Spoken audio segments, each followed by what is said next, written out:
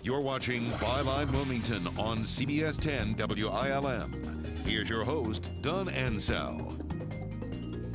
Terry Lebo is a meteorologist in the Wilmington Bureau of the National Weather Service. He's our guest this morning. We're talking about the hurricane season. There's still a lot of debate on whether we are in a time of some major climate change or what some are calling global warming. As a scientist, what do you say? I think there's a lot that we don't know. I think it's going to be a long time before we fully understand. There's so many factors. Man could very well be having an impact, but you have sun cycles. It's just such a large, complex system.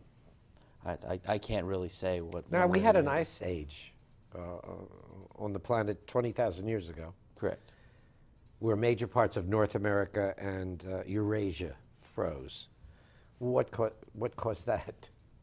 I mean, sun cycles can cause that. You can have, if you get lots of volcanoes happening to be erupting, you get more ash thrown into the air, which then can move clouds. And that was obviously not man-made. Right. That was a natural phenomenon. And then it started to thaw. Correct. That means things are getting warmer. Could we still be in that thaw phase? That's very possible. It is. Yes. That this is just the thawing of the ice age as it continues to get warmer. Have we seen a trend of warmer temperatures in general over the last however long we've been charting? There has been an increase. But an increase in temperature. Right, a correct. Warming. Correct. But part of me wonders if some of that isn't due to where the sensors are that take the temperature. Because they used to be in farmland away from the city, and now as you're building up cities, you get the urban heat island effect. So the cities are actually warmer than they would have been. That's man-made, isn't it? Right. Yeah. But it's just a local thing. I'm wondering, is that some I see. factor as well? Right. It could very well be that the Earth is warming. But it seems, and this is just from observation and being old, it seems that in my lifetime, regional weather conditions in the U.S. have undergone significant changes.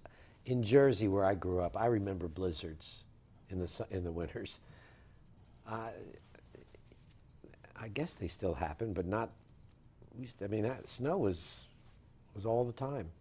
They had a pretty bad winter this year, actually. Actually, they did, didn't they? And our temperatures here in January and February, we were quite cold, but now we're making up for it. So the year may end up being very close to what is normal, even though we had such large swings. Extremes. Right. Any thoughts? Is this an unusually hot summer for us? It's the hottest that I can remember, but I've only been here 7 years. But it does seem like it's not so much the temperatures, the extremes. We've only been a few degrees above. It's just the length of time, how it's been so long. The ridge has been persistent. Consistently hot. Yes. And we also hear a lot about seasonal conditions labeled as El Nino and La Nina.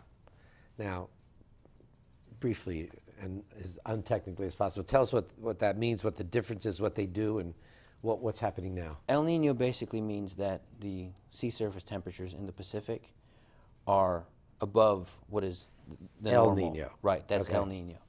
And what that Are there cycles to that? Yes, there are. Predictable cycles. Somewhat predictable, Okay. yeah. And we actually have just come out of an El Nino, and instead of going to neutral, we went straight to La Nina, which that does have an impact on the tropical. And La Nina, Yeah, what is that? La Nina means that the sea surface temperatures are below normal. Are cooling. So yeah, the water's In the cooler. Pacific? In the Pacific, yes. Now, how does that? You said that's in the Pacific. We're in the Atlantic. Of course, there's really only one ocean. Right. But we segment it, so that does affect the Atlantic. Correct. But it emanates in the Pacific. The Pacific is such a large body of water, and the Atlantic is too. When they have these temperature changes, it affects the atmospheric circulation around the globe. Okay. That's why we had the winter that we had. It was wet, but it was cool, and that was kind of what we were expecting because of El Nino. And we're in a La Nina now. That's Right. cooling of the waters. That should impact a more moderate hurricane season, shouldn't it? Well, for the Pacific it would. Actually, what it tends to do for the Atlantic is when the temperatures in the Pacific are neutral, meaning they're about normal, or they're cooler, it tends to lead to increased activity in the Atlantic. And that has to do with the upper level atmospheric circulations, where there's high pressure, where there's low So pressure. waters cooling in the Pacific don't necessarily mean they're cooling in the Atlantic. Correct. Ah. But both El Nino and La Nina emanate in the Pacific. Correct. And then that's how it impacts our coast. Right. What it does is it affects the atmospheric circulations, and that's what has the impact on us. One of the most quoted experts in the predictions game is the William Gray team out of Colorado State University. How accurate have they been? Honestly, I don't track how they verify with their storms, so you don't go by them, right? No, I look at the forecast as a general guide, but I really don't put a whole lot of faith into it, simply because it only takes one storm. In 1992, there were 6 named storms. The first one was Andrew. We all know what Andrew did to southern Florida, so that's what I always try to tell people is it doesn't matter how many, it just matters if you get one. But because we live in a hurricane-prone area, there's a lot of focus given to when he comes out with his forecast and what he says and how he updates his forecasts periodically. Yeah, I mean, people, they want the information, but I just try to tell them that's a good way, it's a good guide, but you want to be prepared regardless of what the forecast is. I mean... And he's been off. Right. He's exactly. been way off, actually. Yes, at and times. he's gotten some, very dead right. on. Yes. Yeah. Now it's how can we predict how accurate his predictions will be? What do you use to prognosticate? Do you take a look and see? I wonder what the season's going to be like. Do you do a?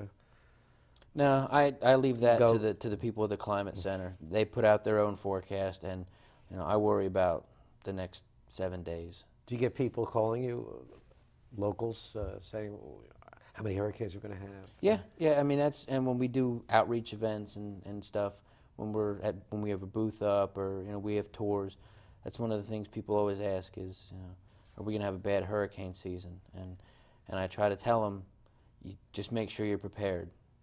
That's the biggest thing. Have an evacuation plan. Have everything ready to go. Know what you're going to do. Are we going to have a bad hurricane season? It's possible. We'll be right back with Terry Lebo, meteorologist for the National Weather Bureau. We're going to talk about some historical perspectives on hurricanes. Some interesting information coming up. Stay with us.